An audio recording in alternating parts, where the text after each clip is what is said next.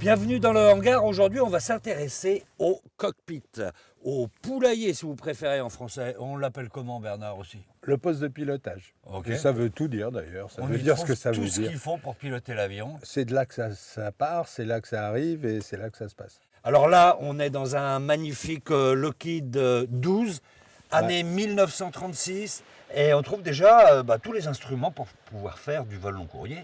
Normal puisque c'était un avion de ligne.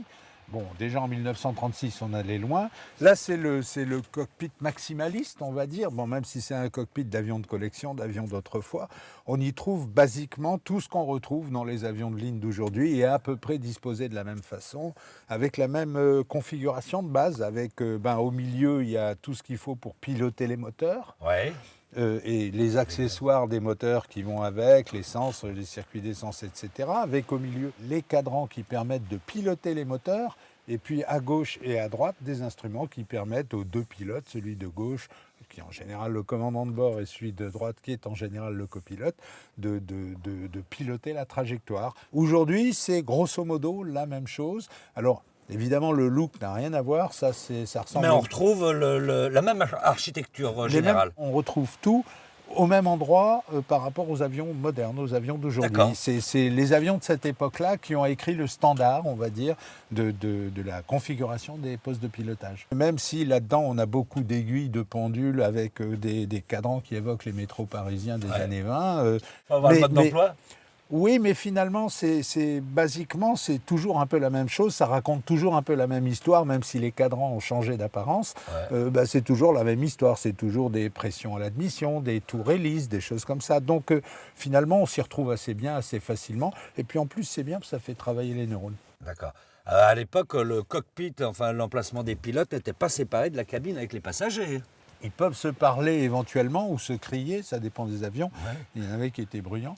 Mais ici, là, à l'époque également, on a commencé, c'était une option sur cet avion-là d'ailleurs, c'était une option qui permettait d'avoir une séparation pilote-passager avec une petite porte. Alors déjà, comme c'est pas vaste, passer par cette porte-là, ça tenait du spaghetti et c'était pas des gros avions, mais c'était quand même des avions très confortables.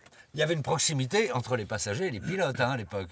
Oui, on pouvait même se parler parce que malgré ce qu'on pourrait penser, c'est pas un avion si bruyant que ça. Et donc, disons qu'on parle à un certain niveau, mais les passagers, de toute façon, dans ce genre d'avion, finissaient par dormir assez rapidement pour deux raisons. D'abord parce que c'était des avions souvent très souples et très doux. Donc ça berce. Ça berce. Et puis, d'autre part, les vols étant un peu longs, ma foi, on prenait le temps de voyager et non pas d'être transporté. D'accord. Maintenant, on va en découvrir un autre qui est un peu plus spartiate. Ah, qui est nettement plus spartiate, mais où on retrouve le basique aussi. Bon là, Bernard, on est en quelle année ? On est juste avant la dernière guerre et on est pendant la dernière guerre, jusque dans les années 45, où cet avion-là, le Stearman, le PT-17, qui est un Boeing, était l'avion école standard des Alliés et aux États-Unis en particulier. Et donc c'est un avion qui a transformé autour de, on dit pratiquement 500 000 piétons, des jeunes gens. En aviateur. Et ils sont devenus aviateurs à bord du Stearman. Alors là, on a deux cockpits. Un devant l'autre, en tandem. La question que je me pose, c'est comment on fait pour communiquer ? On s'envoie des petits papiers ? Non, et en fait, à l'époque, il y avait un tuyau, un tuyau avec une espèce d'embout, de cône, et on hurlait dans le tuyau entre la place arrière et la place avant et la place arrière. Et c'était un intercom, comme on dit, très élémentaire. Mais bon, sur les versions modernes du Stearman, tout le monde a ajouté des petites radios avec des batteries qui permettent d'avoir un intercom, de se parler à travers le casque d'une façon quasi normale. D'accord. Enfin, cela étant dit, les deux pilotes ont quand même, enfin l'instructeur et l'élève ont quand même des instruments devant eux. Il y a des instruments devant, des instruments derrière qui sont les mêmes instruments. Et donc le pilote, l'élève pilote plus exactement, était équipé exactement comme son instructeur. Il faut voir qu'à l'époque, l'instructeur là-dedans, il avait au moins 22 ans et l'élève en avait au moins 19. Ah ouais. Mais ce qui est étonnant, c'est de penser qu'à bord de ces avions, à bord de ces cockpits, des jeunes gens qui finalement n'avaient pas le permis de conduire la plupart du temps, puisqu'à l'époque, à 19-20 ans, on avait rarement le permis de conduire, eh ben, sont devenus des aviateurs à bord d'un avion qui aujourd'hui est considéré quand même comme c'est un avion d'homme, il faut s'en occuper. Bon, on va revenir au temps présent. On va revenir au temps moderne.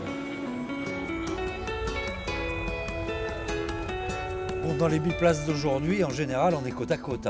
On est côte à côte parce que c'est la configuration la plus confortable.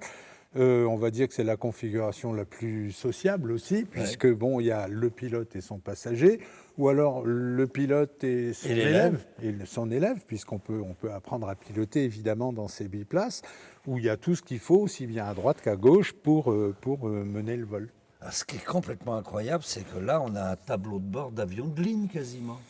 C'est le progrès. Hein. Bon, ça a beau être officiellement un ULM, c'est quand même ou un avion très léger selon les pays où on se trouve. Ce sont des machines qui utilisent tout ce que la technologie moderne est capable d'offrir. Déjà, le matériau, c'est des machines en carbone qui sont donc extrêmement solides, mais extrêmement légères. Et puis, en plus, dedans, on est dans un environnement qui préfigure... si on veut apprendre à piloter, avec ça, avec ces écrans, on a pratiquement les mêmes configurations qu'on va trouver dans un Airbus, un Boeing, un Embraer ou un Canadair. Donc ça, c'est les progrès de la technologie, ça permet d'avoir accès à tout cela aujourd'hui.